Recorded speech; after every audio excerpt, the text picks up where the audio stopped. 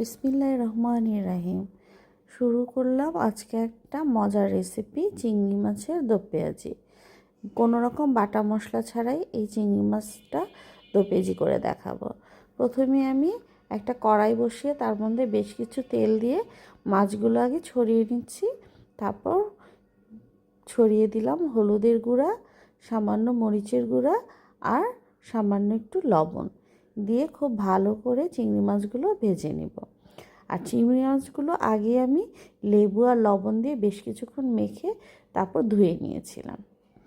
এই তো চিংড়ি মাছগুলো একটু কম জালে আস্তে আস্তে সুন্দর করে লাল লাল করে ভেজে নিব। চিংড়ি মাছটা যখন খুব ভালো করে ভাজা হয়ে যাবে এবং তেলটা একটু গায়ের থেকে ছড়ে আসবে এবং সুন্দর একটা গন্ধ বের হবে চিংড়ি মাছের, তখনই বুঝতে হবে চিংড়ি মাছ ভাজাটা আমার হয়ে গেছে। চিংড়ি মাছ ভাজা হয়ে গেলে তারপর চলে যাব সেকেন্ড স্টেপ, পেঁয়াজ ভাজতে। এখানে আমি বেশ কিছু পরিমাণ পেঁয়াজ প্রায় 2 কাপের মতো মোটা মোটা করে তেলে ভেজে নিয়েছি। তারপরে দিয়ে দিলাম 1 চামচ হলুদ, হাফ চামচ লবণ, ধনে গুঁড়া। এখানে আমি কোনো মরিচের গুঁড়া ব্যবহার করব না। আর দিয়ে দিলাম সামান্য জিরার ফাঁকি। আর দিয়ে দিব বেশ কিছু কাঁচামরিচ। আমি এখানে লাল মরিচের গুঁড়া ব্যবহার করব না।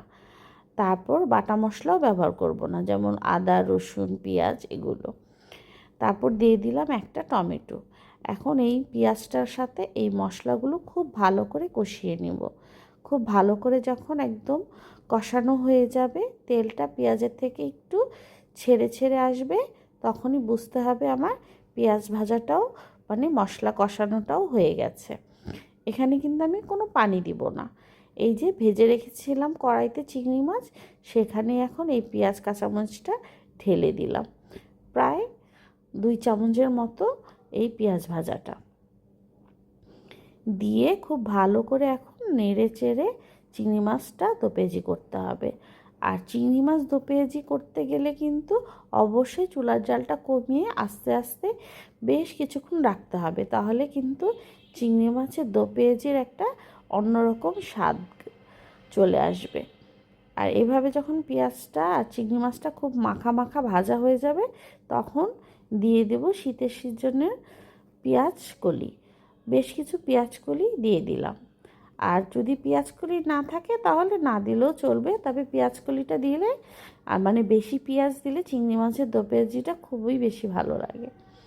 এই তো পেঁয়াজটা দিয়ে এখন নেড়ে চেড়ে আরও কিছুক্ষণ সময় আমি চুলায় এভাবে রেখে দিব। এভাবে চুলায় ঢাকনা দিয়েও তোমরা রেখে দিতে পারো, আবার ঢাকনা খুলেও ভাজা ভাজা করতে পারো। আমি তোমাদের দেখার সুবিধার্থে ঢাকনা দিচ্ছি না, এভাবেই একটু পরপর নেড়ে চেড়ে যাতে পোড়া না লেগে যায় বারবার নেড়ে চেড়ে চিংড়ি মাছটা দো পেঁয়াজি করছি। এভাবে তোমরা একবার অবশ্যই চিংড়ি মাছটা দো পেঁয়াজি করে দেখো, খুবই স্বাদ হয়। এবং আস্তে আস্তে চিংড়ি মাছটা যদি এভাবে ঢেকে রেখে দাও, তেলটা মশলা থেকে ছেড়ে ছেড়ে গা চিংড়ি মাছের গা বেয়ে খুব সুন্দর একটা স্বাদ নিয়ে আসবে। গরম ভাতের সাথে বা পোলাওর সাথে বা পারোটার সাথে এই চিংড়ি মাছ দো পেঁয়াজিটা খুবই ভালো লাগে। তো দেখলে তো বন্ধুরা, বাটা মশলা ঝামেলা ছাড়াই খুবই সুস্বাদু একটা চিংড়ি মাছের দো পেঁয়াজি করে দেখালাম। আমার ভিডিওগুলো যদি তোমাদের ভালো লাগে তাহলে লাইক এবং সাবস্ক্রাইব করে আমার পাশে থেকে যেও। আমার চ্যানেলে অনেক সুন্দর সুন্দর এরকম রেসিপি আছে এবং ঝটপট কিভাবে রান্না করা যায় সেই নিয়মগুলোও আমি বলে দিই আমার ভিডিওগুলোতে। তো বন্ধুরা, আজকের মতো এখানেই বিদায় নিচ্ছি। সবাই ভালো থেকো এবং সুস্থ থেকো। আল্লাহ হাফেজ।